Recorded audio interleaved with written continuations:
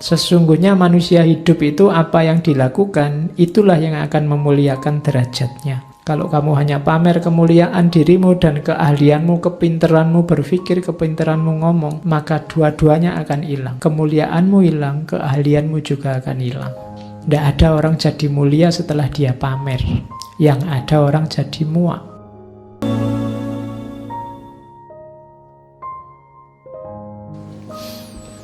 Oke, bismillah.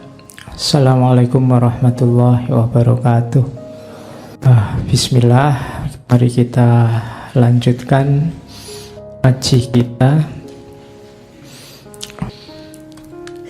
Oke, kalau saya meringkas, ini mirip hampir di semua tradisi kajian kebatinan Jawa.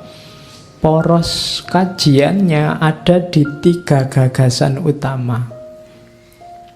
Apapun jenis kajiannya. Yang pertama, manunggaling kawula Gusti. Yang kedua, sangkan paraning dumadi. Yang ketiga, memayu hayuning bawana. Manunggaling kawula Gusti ini jangan dipahami agak ruwet, agak jelimet. Ya memang ini sesuatu yang kalau dijelaskan secara eksak agak susah. Di kitab-kitab itu biasanya pakai bahasa simbolik, termasuk kalau dalam tradisi tasawuf falsafi, Ibnu Arabi, Jalaluddin Rumi, Syekh Siti Jenar, itu kan pakai kalimat-kalimat yang agak panjang. Tapi sebenarnya sederhana. Dipahami sederhananya apa sih manunggaling kawula Gusti itu? Manunggaling kawula Gusti itu ketika hamba bertemu Tuhan, egonya seorang hamba singkirkanlah sehingga yang ada hanya kehendak Tuhan. Itu saja. Jadi kehendakmu tepislah, sisakan kehendaknya Tuhan. Ketika kamu sudah tidak ada, manusia itu kan kuncinya dia eksis ada itu kan di keinginan-keinginan kehendak yang ingin dia wujudkan. Tapi singkirkan itu, ganti semua dengan yang diinginkan oleh Allah. Di saat itulah terjadi namanya manunggaling kawula Gusti. Ini tafsiran model agama, namanya mode kesalehan. Jadi dalam hidupmu itu kan kamu punya banyak keinginan. Usahakan keinginanmu adalah keinginannya Allah. Atau kalau tidak cocok apa yang kamu inginkan dengan yang diinginkan oleh Allah, singkirkan keinginanmu, biarkan yang berjalan keinginannya Allah. Itulah manunggaling kawula Gusti. Berarti kamu sudah menyatu. Itu kalau bahasa sufi, kalau kamu berjalan Allah yang jadi kakinya, kalau kamu bertindak Allah yang jadi tangannya, kalau kamu ngomong Allah yang jadi mulutmu. Itu namanya manunggaling kawula Gusti. Tidak harus dipahami senjelimet wahdatul wujud, hulul atau itihad. Tapi sederhananya ini. Lenyapnya diri itu apa sih? Dirimu itu kan kuncinya di hasrat-hasrat, keinginan, cita-cita duniawimu. Apa tidak boleh Pak berkeinginan? Boleh. Tapi keinginanmu usahakan selaras dengan keinginannya Allah. Atau kalau tidak selaras, gantilah keinginanmu itu dengan keinginannya Allah. Itulah manunggal berarti. Kenapa disebut manunggal? Karena yang tersisa dan yang terutama hanya tinggal Allah saja. Jadi tidak terlalu jelimet. Oke. Jadi tinggal kamu raba saja. Loh Pak, saya tahu dari mana keinginannya Allah. Ya banyak jalannya. Bisa lewat yang formal. Formal itu dari nas, Al-Quran, sunnah, tanya para ulama. Bisa lewat jalur usaha pribadi, pembersihan diri. Kalau dalam bahasa tasawuf, tazkiyatun nafas. Kalau jiwamu jernih, kamu akan bisa menangkap kejernihan apa maunya Allah. Sebenarnya dalam dirimu itu ada fitrah-fitrah kebenaran, fitrah-fitrah kebaikan yang selama ini tidak kelihatan karena tertutup oleh ambisi, keinginan, hawa nafsumu.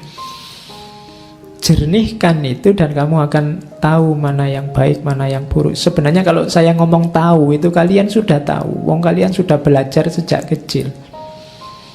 Hanya saja mungkin belum sadar.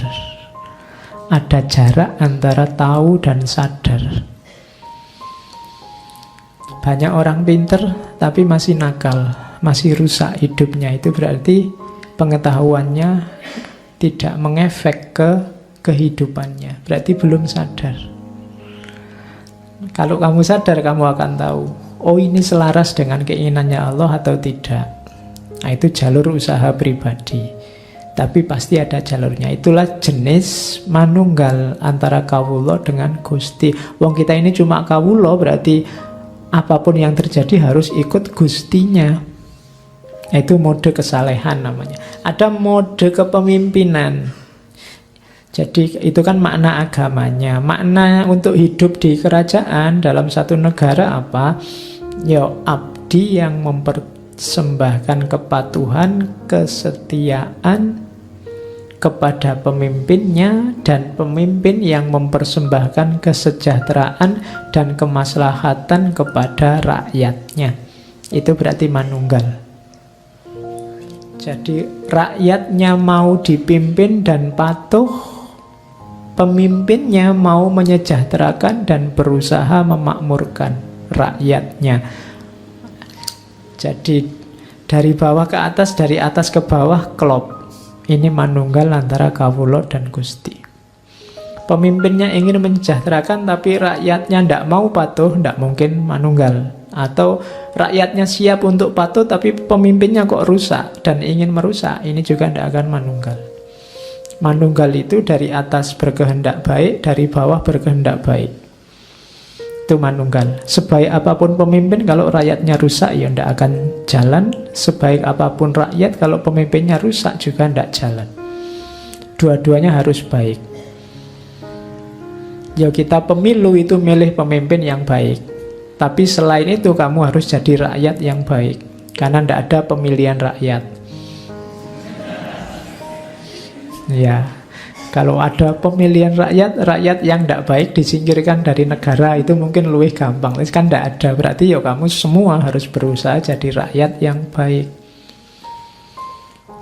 Kan sering saya cerita ilustrasi ceritanya Nabi Isa itu kan. Nabi Isa yang dikomplain oleh sahabat-sahabatnya. Jadi satu ketika ada yang komplain pada Nabi Isa, zaman sampean ini kok rakyat ini kacau ya, rusak ya. Beda loh dulu zamannya Nabi Yahya. Nabi Yahya ini kalau versinya orang Kristen yang membaptis Nabi Isa, yang ngajari Nabi Isa. Katanya Nabi Isa, kenapa kok zaman Nabi Yahya dulu hidup tertib, nyaman, sedangkan zaman saya ini hidupnya kacau. Zaman Nabi Isa dulu rakyatnya kayak saya. Ya, sementara zaman sekarang rakyatnya kayak kalian. Makanya sekarang rusak. Oke, itu dawuhnya Nabi Isa. Jadi berapa? Ya, rakyat yang baik juga penting. Selain pemimpin yang baik. Diskusi kita selama ini hanya tentang pemimpin yang baik. Kita jarang berpikir rakyat yang baik. Dalam agama juga begitu. Kita kan selama ini sibuk nyari ulama yang qualified, ulama yang baik. Kita jarang membahas awam yang baik. Iya, kamu harus belajar ilmunya menjadi orang awam dalam agama, tapi awam yang baik. Kapan-kapan ya kita bedah kitabnya Ghazali. Ghazali itu pernah nulis kitab judulnya Iljamul Awam an Ilmil Kalam. Iljamul Awam itu mengendalikan orang awam an ilmil kalam, dari ilmu kalam.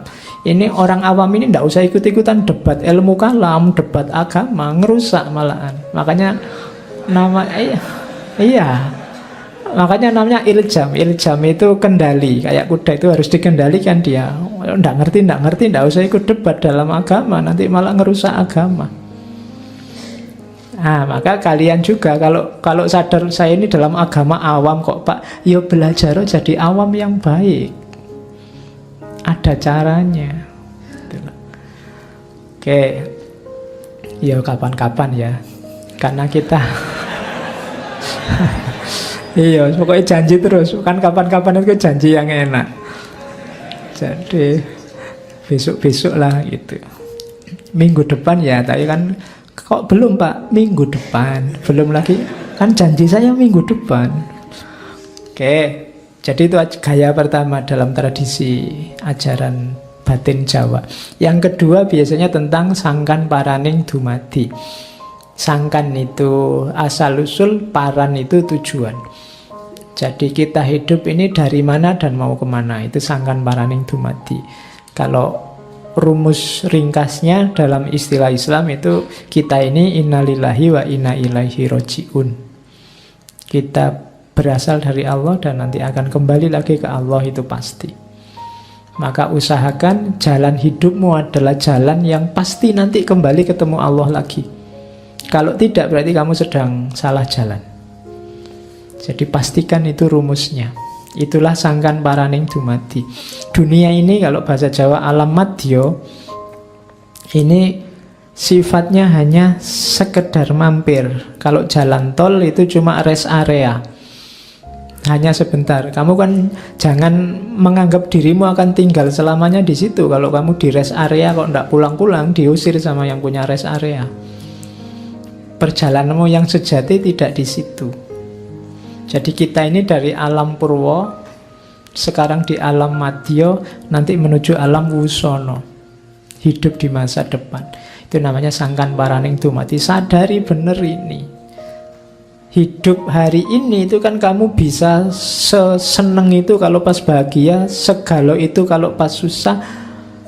Kamu sepertinya lupa bahwa ini cuma sementara.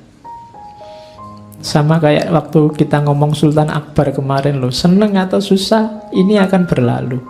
Wong ini cuma sementara. Jadi itu sangkan paraning dumadi. Inilah yang nanti akan bisa mengontrol perilaku kita selama kita hidup di dunia. Kesadaran bahwa kita ini innalillahi wa inna ilaihi roji'un. Gagal kuliah tidak masalah, pada saatnya juga semua orang akan kembali ke Allah. Jadi kuliah itu sebenarnya ya hanya mampir sementara. Ya, itu kan cuma mampir. Gagal kuliah kan bukan berarti hidupmu gagal.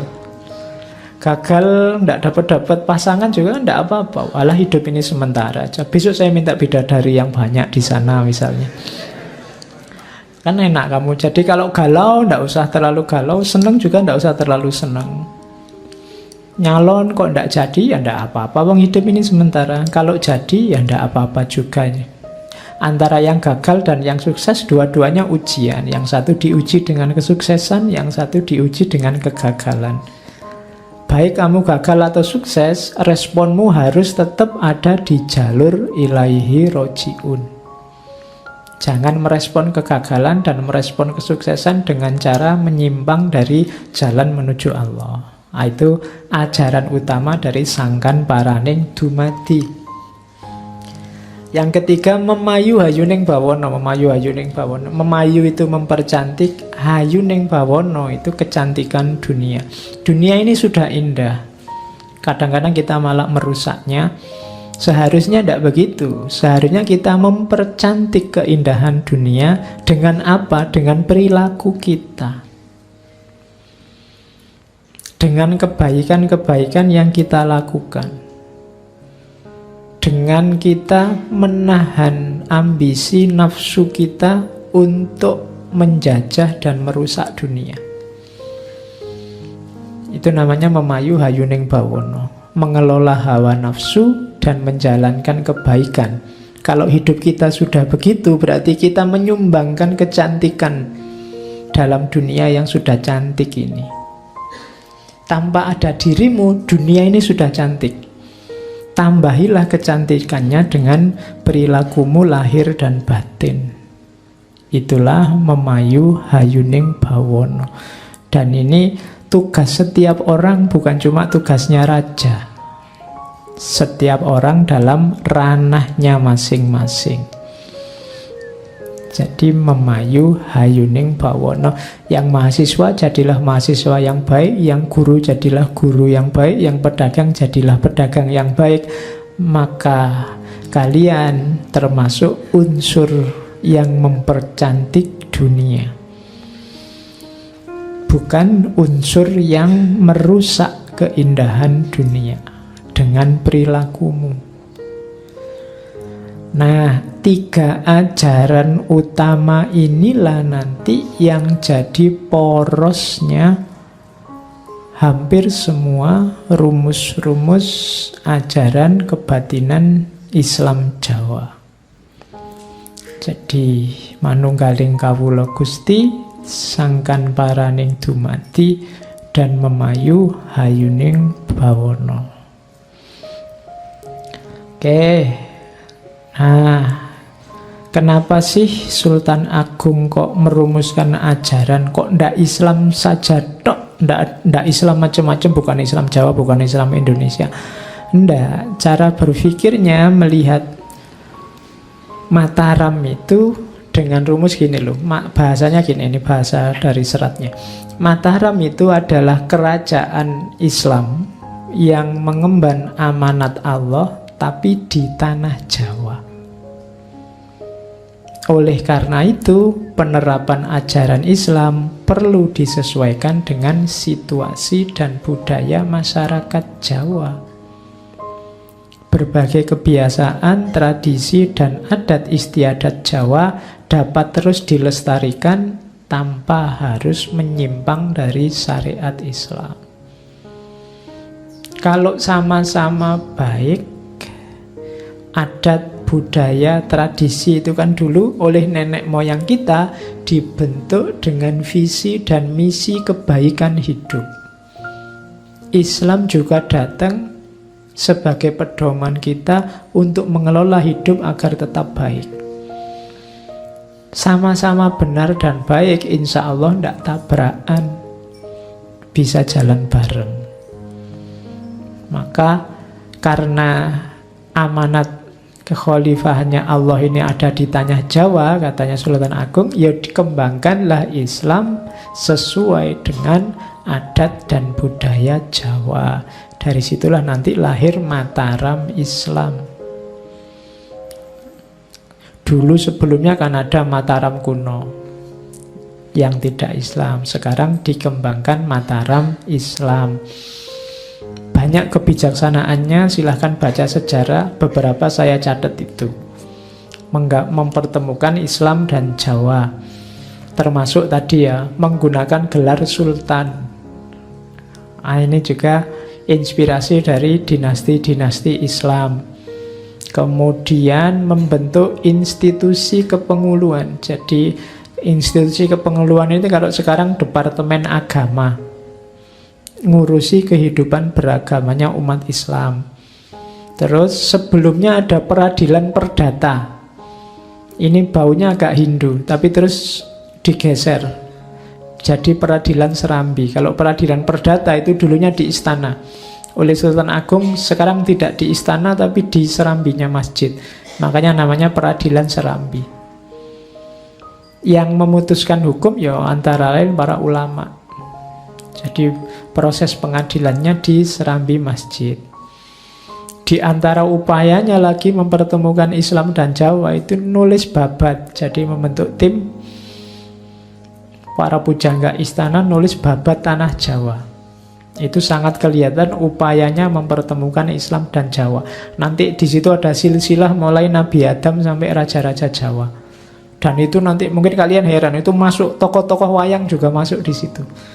Adam punya anak namanya Sis itu nanti, dan itu tokoh-tokoh wayang masuk di situ. Ini upaya untuk meleburkan, mempertemukan bahwa Islam dan Jawa itu bukan sesuatu yang bertentangan. Jadi ini yang diserang mentalnya orang Jawa atau mentalnya Muslim agar tidak mempertentangkan Islam dan Jawa. Itu yang saya bilang tadi, membacanya tidak boleh positivistik. Kalau kalian kejar, tidak bisa itu, tidak valid itu, tidak, membacanya memang tidak harus positivistik. Di balik yang tersurat ada yang tersirat, itu yang harus kalian kejar. Termasuk juga sekaten. Sekaten itu dulu tradisi Demak, sempat berhenti, dihidupkan lagi oleh Sultan Agung dengan beberapa modifikasi. Termasuk yang paling terkenal, nanti yang ahli falak, ternyata Sultan Agung ini juga ahli falak. Nanti beliau menyatukan antara kalender Jawa, kalender Saka dengan kalender Hijriyah. Ini sebenarnya agak beda sistemnya. Yang satu sistemnya matahari, yang satu dasarnya bulan, tapi digabung. Gabungan itu mungkin lebih banyak. Yang Saka diambil nama-namanya, sementara yang Hijriah diambil sistemnya. Sehingga nanti nama-nama bulan itu masih Suro, Sapar, Mulut, Bakdomolo, Rejeb, Ruah, Poso, Sawal, termasuk Pasaran, Legi, Pon, Pahing, Kliwon itu ya. Itu hasil ijtihad beliau. Paling tidak beliau ini kelihatan ahli dalam bidang falak. Itu yang hari ini kita kenal sebagai kalender Jawa, kalender Saka. Ini perlu pembahasan tersendiri, agak panjang, tapi yang tertarik silahkan. Kalau kalian lihat kalender Indonesia kan pasti ada itunya. Nanti ini Jemuah Legi apa Jemuah Kliwon apa Jemuah Pahing. Nanti ada tahun Alif, Dal, dan seterusnya. Silahkan dikaji tersendiri. Kalau di masjid ini kan dulu ada kajian tentang falak. Nah, itu bisa dihidupkan lagi, antara lain belajar tentang kalender Saka itu yang kayak gimana, logikanya seperti apa, yang Hijriah seperti apa, dipertemukan jadi seperti apa. Dan itu mulainya pakai tahun Saka. Jadi di era Sultan Agung itu kan diambil Jumuah Legi 1 Suro tahun Alif 1555. Jadi nanti tahun pertama itu 1556. Yang kalender Jawa Hijriah. Persis tanggal 1 Muharram 1043 Hijriah. Kalau kalender standar Samsiahnya 8 Juli 1633. Ini upaya-upayanya Sultan Agung mengislamkan Jawa. Oke, kok cepet waktunya. Sekarang kita ketemu ya, Serat Sastro Gending. Sastro Gending ini lagi-lagi sifatnya simbolik. Sastra itu simbol dari yang ilahi, kedalaman makna. Kalau gending itu simbol dari manusia dan kehidupannya. Gending itu wadahnya, sastra itu isinya. Nanti kalau di Serat Sastro Gending itu ya ada double-double. Sastro Gending itu kayak Cipto sama Ripto. Cipto itu yang menciptakan, Ripto itu karangannya. Zat sama sifat, rasa sama pangarso. Rasa sama pangarso itu ya kayak rasa sama pikir. Cipta, Ripto, yang disembah dan yang menyembah, yang kodim dan yang baru, cermin dan bayangannya, papan dan tulisannya, dalang dan wayangnya. Ini istilah-istilah ini ada semua di Serat Sastro Gending. Dalang dan wayang, papan dan tulisan, cermin dan bayangan. Maksudnya sama dengan sastro dan gending. Gending itu fisiknya. Kalau sastro itu makna dalamnya, yang ilahi. Dua-duanya penting. Sastro tidak ada gendingnya, tidak kelihatan. Mewujudnya sastro itu dalam gending. Tapi gending tidak ada sastronya, tidak ada nilainya. Jadi dua-duanya penting. Wadah tidak ada isinya, tidak berguna. Isi tidak ada wadahnya, tidak kelihatan. Karena yang kelihatan itu kan wadahnya. Jadi Serat Sastro Gending itu sebenarnya serat tentang wadah dan isi. Logikanya selalu begini. Logika wadah dan isi. Alam itu wadahnya, Tuhan isinya. Tubuh itu wadahnya, rohani isinya. Rakyat itu wadahnya, Tuhan inti isinya. Syariat itu wadahnya, hakikat itu isinya. Mana yang penting? Dua-duanya penting. Tidak boleh saingan menang-menangan karena harus kerjasama. Karena dalam wadah lah isi bisa bertempat. Dan karena ada isilah maka wadah jadi berharga. Teh ini karena ada gelasnya dia bisa diminum. Ya kan? Cuma gelas ini tidak ada harganya kalau tidak ada tehnya. Jadi dua-duanya penting, akhirnya gelas dan teh kerjasama bisa diminum.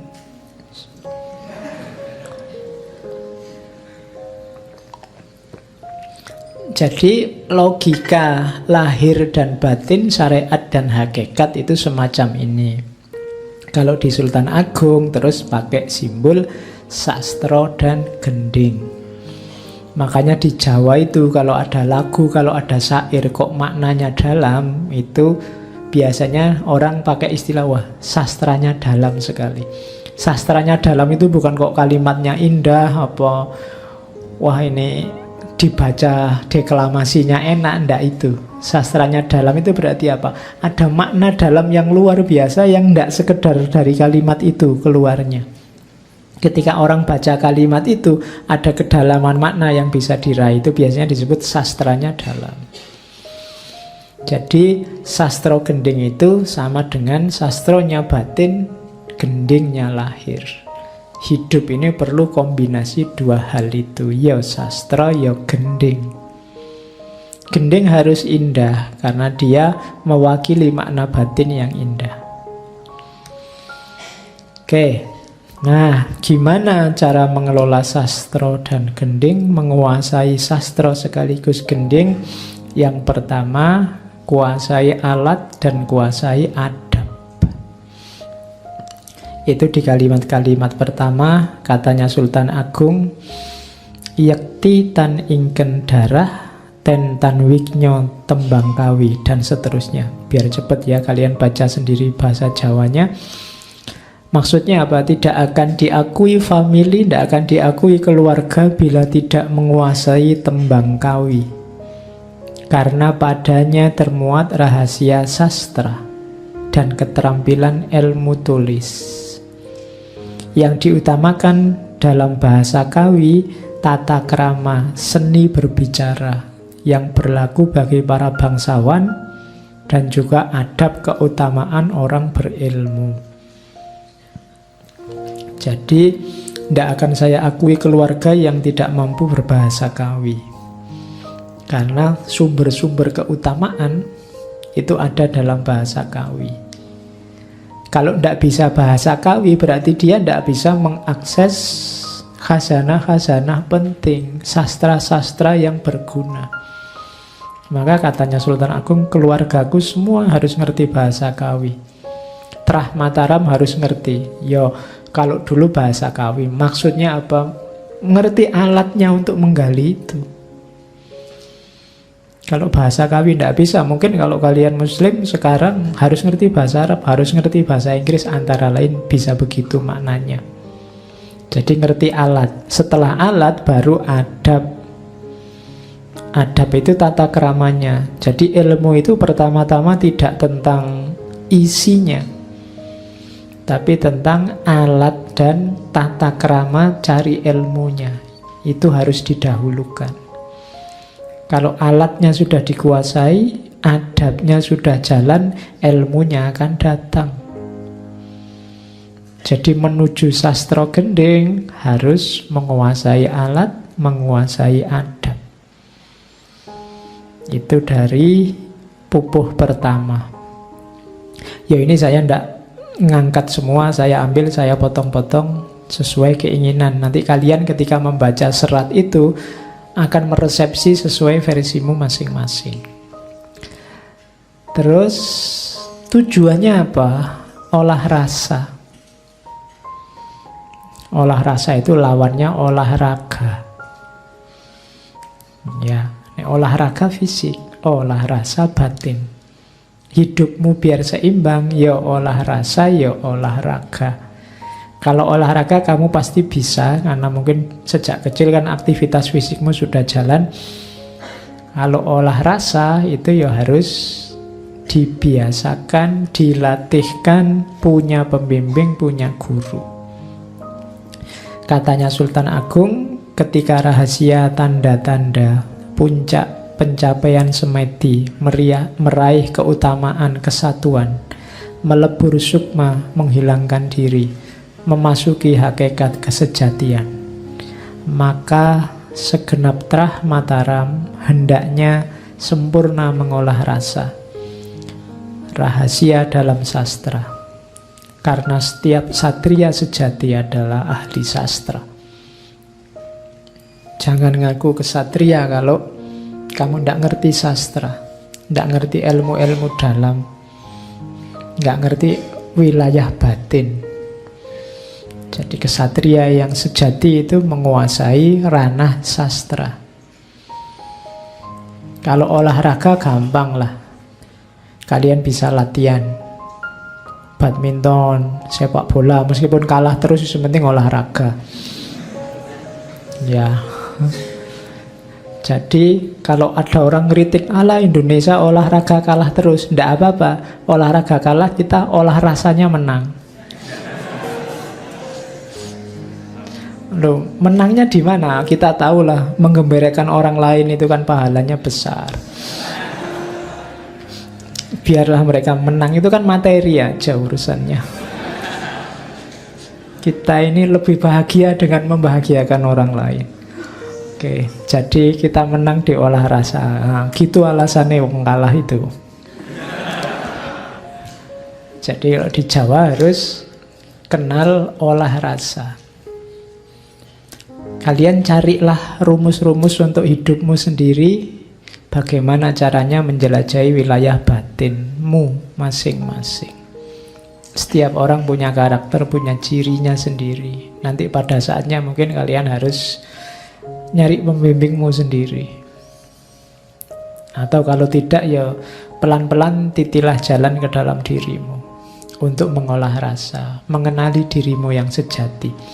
Nanti akan terbuka seperti beberapa kata itu. Saya tidak bisa menjelaskan satu-satu, setiap kata panjang penjelasannya. Rahasia tanda-tanda, puncak pencapaian semedi, keutamaan kesatuan, meleburnya sukma, hilangnya diri, hakikat kesejatian. Itu kan kalimat-kalimat yang belum bisa dijelaskan sebelum kamu menjalani. Itulah olah rasa. Rasa itu kan tidak bisa dijelaskan begitu saja sebelum kamu ngalami sendiri. Pahit, pedas, manis itu kan penjelasan terbaik adalah rasakanlah pahit itu, rasakanlah pedas itu, rasakanlah manis itu, maka kamu akan paham. Kalau hanya dijelaskan agak susah. Makanya para sufi, para mistikus itu biasanya kalau terpaksa harus menjelaskan pakai bahasa-bahasa simbol, yang oleh Ibnu Arabi disebut imajinasi kreatif. Itu mereka harus pakai imajinasi, harus berkreasi untuk menjelaskan pengalaman spiritual, pengalaman rasa tadi. Jadi targetnya memang olah rasa. Terus kalau begitu batin saja Pak? Tidak, syariat juga iya. Katanya Sultan Agung, perbuatan yang membawa keselamatan dan keutamaan hidup hingga akhir tujuan perjalanan hidup dengan segala keluhuran, yaitu menggapai kemuliaan kematian. Tidak lain adalah syariat. Kesempurnaan dunia yang seharga dunia seisinya. Syariat itu jembatanmu menuju batin. Saya bilang tadi, isi itu tidak ada nilainya kalau tidak ada wadahnya. Agama wadahnya apa? Yo syariat. Batinmu wadahnya apa? Yo yang lahir. Jadi syariat itu seharga dunia seisinya. Kenapa? Karena dia wadahnya, hakikat wadahnya, hal yang paling penting. Jadi dialah kesempurnaannya dunia. Harus ada syariatnya, tidak boleh ninggal syariat. Makanya itu mulo ngelmi molet praktap patraping sarengat. Kalau Jawa syariat jadi sarengat, nggak usah dimarahi. Lidahnya memang begitu. Kalau pakai difasih-fasihin pakai Arab juga ndak bisa. Sarengat itu ndak bisa. Ya sama orang Arab kamu suruh ngomong Jawa ya pontang-panting dia. Sama kayak orang Amerika kamu suruh ngomong Jawa juga pontang-panting. Superman mungkin jadi Superman kalau di Jawa. Kalau pakai bahasanya orang Inggris. Jadi sarengat. Ilmu harus mengikuti aturan syariat.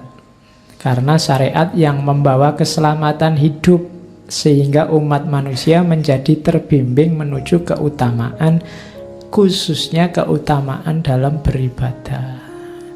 Sama sekali tidak ada yang keliru dalam syariatnya agama.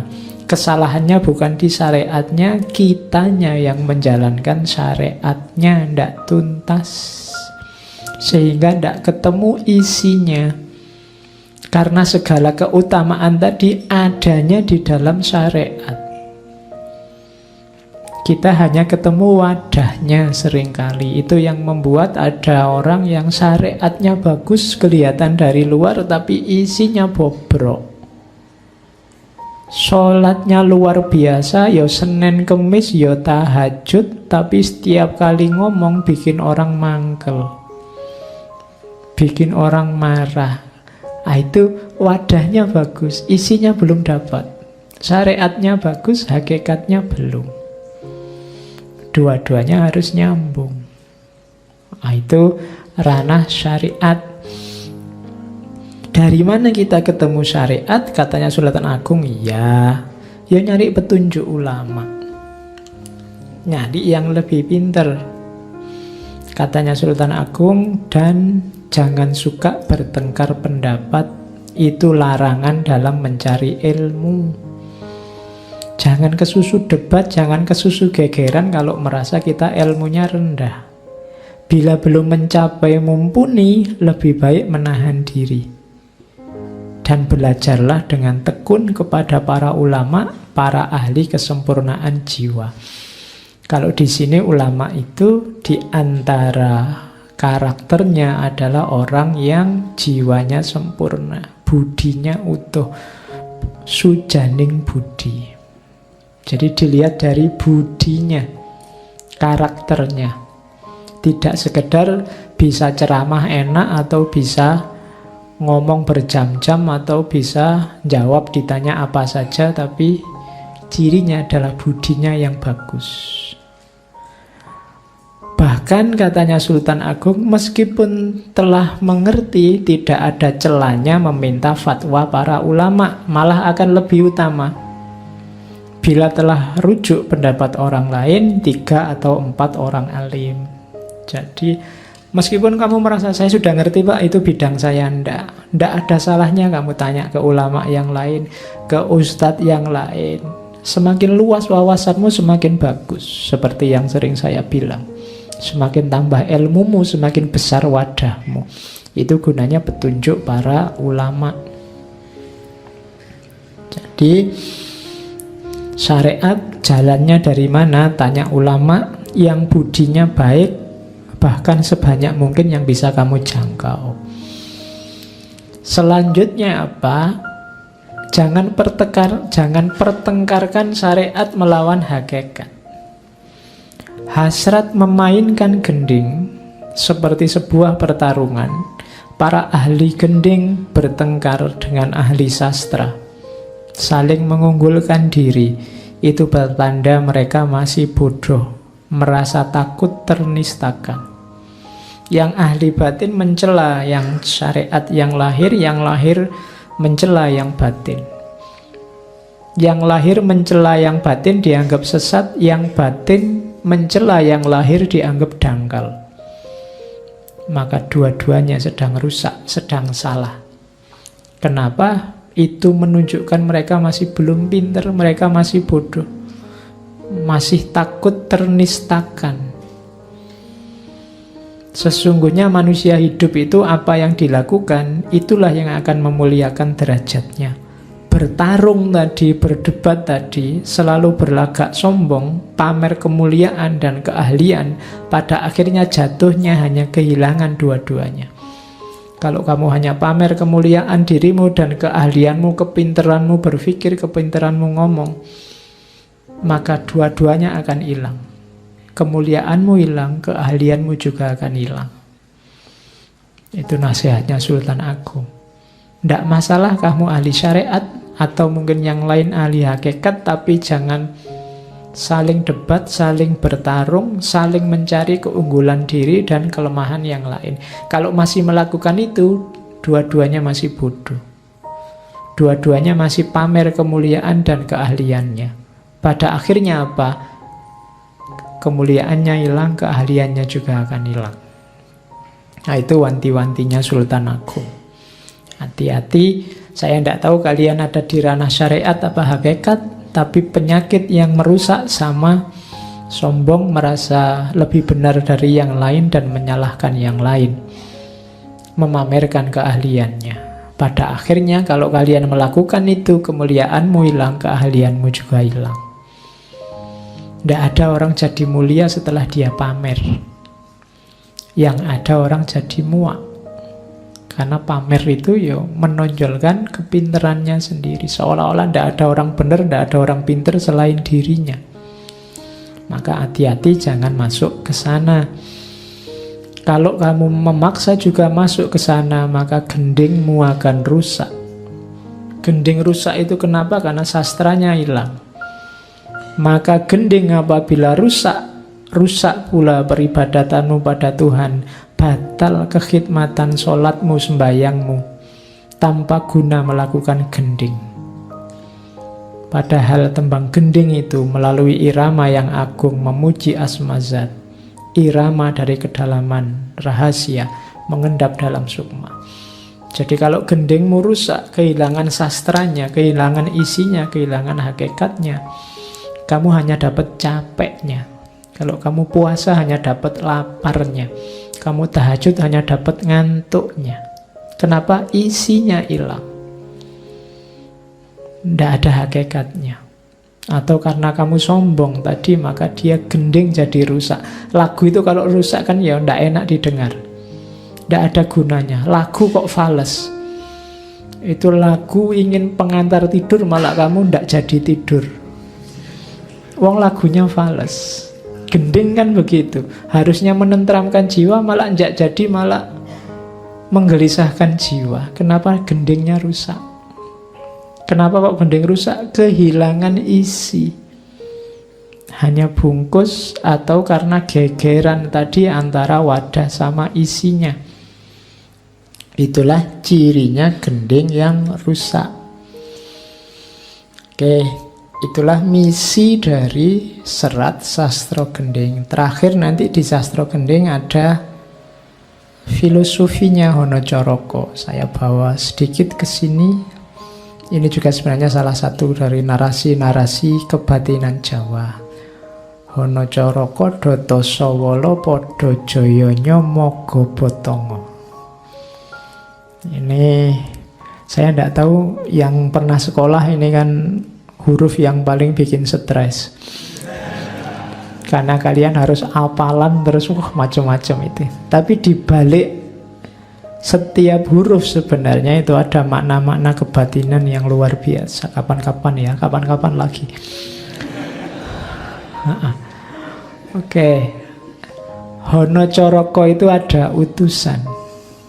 Sebenarnya ini mau ngomong tentang manusia. Manusia itu hakikat hidupnya adalah utusan. Dia diturunkan Allah di muka bumi dengan misi. Ini ja'ilun fil ardi khalifah. Jadi Honocoroko, ada utusan. Statusmu yang sejati ketika Allah menurunkanmu di dunia ini sebagai utusannya Allah. Caroko itu utusan. Doto sawala, datan swala. Sawala itu berselisih, bertentangan. utusan ini harus punya karakter pasrah. Pasrah itu kalau dalam bahasa agama Islam, datang tidak membantah, tidak menentang. Datan sawolo, doto sawolo itu berarti tidak ada konflik, tidak ada penentangan antara hamba dengan Tuhan. Yang jasmani dan rohani nyambung. Berarti kamu apa? Cirinya orang pasrah. Jadi manusia itu utusan, dan untuk sukses menjalankan misinya dia harus pasrah. Doto sawolo, tidak bantah, tidak menyangkal, siap menjalankan tugas. Kalau itu yang terjadi, kamu berislam secara benar, pasrah pada kehendaknya Allah, maka akan podo joyonyo, maka akan sama-sama kuat, sama-sama sukses, sama-sama jaya. Sama-sama itu siapa? Tuhan dan hamba. Itu yang logika wahdatul wujud tadi. Jadi satu sekarang, kehendak Tuhan ya kehendak hamba, keberhasilan Tuhan keberhasilan hamba. Podo joyonyo, sama-sama jayanya. Bentuknya apa untuk menuju podo joyonyo? Bentuk kegiatannya. Tadi kan disuruh pasrah. Aktivitas utamanya apa sih? Mogo botong. Mogo itu salah, menempuh jalan. Kalau kita kenalnya margo. Botong itu nanti jadi badang. Mogo botong itu menempuh jalan kematian. Kita masih hidup tapi menempuh jalan kematian. Kalau bahasanya saya Siti Jenar dulu, mati sak jeroning urip. Menempuh jalan kematian itu ilaihi roji'un. Seperti saya jelaskan tadi, sangkan paraning dumadi. Jadi ada utusan, kita ini manusia adalah utusan. Doto sawolo, tugas kita harus patuh dan pasrah, berislam pada Allah. Kalau pasrah kita lakukan, kita akan jaya, podo joyonyo. Dan bentuk kegiatan menuju podo joyonyo itu adalah mogo botongo, menempuh jalan kematian, ilaihi roji'un, sangkan paraning dumati. Jadi itulah antara lain yang dijelaskan dalam sastra gending tentang filosofi aksara Jawa. Nanti ada beberapa tafsir yang lain, versi yang berbeda tentang Hono Coroko ini. Tapi secara umum maksudnya sebenarnya sama, bahwa kita harus meniti jalan batin, meniti jalan kematian. Caranya gimana? Pasrah 100% pada kehendaknya Allah. Wong kita ini cuma utusannya, sehingga pada akhirnya kita podo joyonyo, sama-sama jaya di titik yang satu bersama Allah. Itulah manunggaling kawula Gusti. Jadi rumus-rumus yang ada dari filosofi aksara Jawa. Oke, alhamdulillah Sultan Agung selesai. Dari situ mungkin kita bisa membayangkan seperti itulah kualitas seorang king filosofer dari Jawa dengan karakter Jawa muslimnya. Oke, sesi Raja Filosof sudah selesai. Ya mungkin kapan-kapan masih ada Raja Filosof lagi, karena memang masih banyak. Bulan ini baru 4, kapan-kapan bisa nambah lagi. Bulan depan kita ganti tema Desember. Oke ya, nyari tema yang enak untuk bahan refleksi. Kita ngomong filsafat manusia. Kita ambil psikologi aja ya, kita ambil dari ranah kepribadian barat.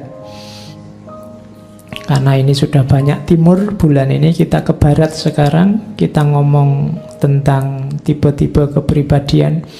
filsafat manusia tentang kepribadian. Tokoh pertama kita ambil yang paling tua, Carl Gustav Jung. Terus nanti tokoh kedua Gordon Allport. Dia juga punya teori kepribadian yang bagus. Yang ketiga sangat populer, Abraham Maslow. Yang terakhir ada yang bagus, meskipun dulu pernah kita angkat ketika ngomong cinta, tapi beliau juga punya konsep psikoanalisis tentang kepribadian manusia yang bagus, Erich Fromm. Jadi bulan depan mungkin untuk bahan refleksimu, janjane aku manusia yang kepribadiannya seperti apa, refleksi akhir tahun. Kita ketemu Carl Gustav Jung, Gordon Allport, kemudian Abraham Maslow, dan Erich Fromm. Itu tema kita bulan depan. Mohon maaf yang pesen tema macam-macam belum diangkat. Saya selalu jawab insya Allah. Ya, ndak apa-apa, ya pelan-pelan aja. Wong ndak ada yang nuntut apa-apa, ndak ada ujiannya, ndak ada. Jadi kita nikmati saja sesantai mungkin. Oke, saya kira itu pertemuan malam hari ini. Kurang lebihnya mohon maaf. Wallahul muwaffiq, wallahu a'lam bissawab. Wassalamualaikum warahmatullahi wabarakatuh.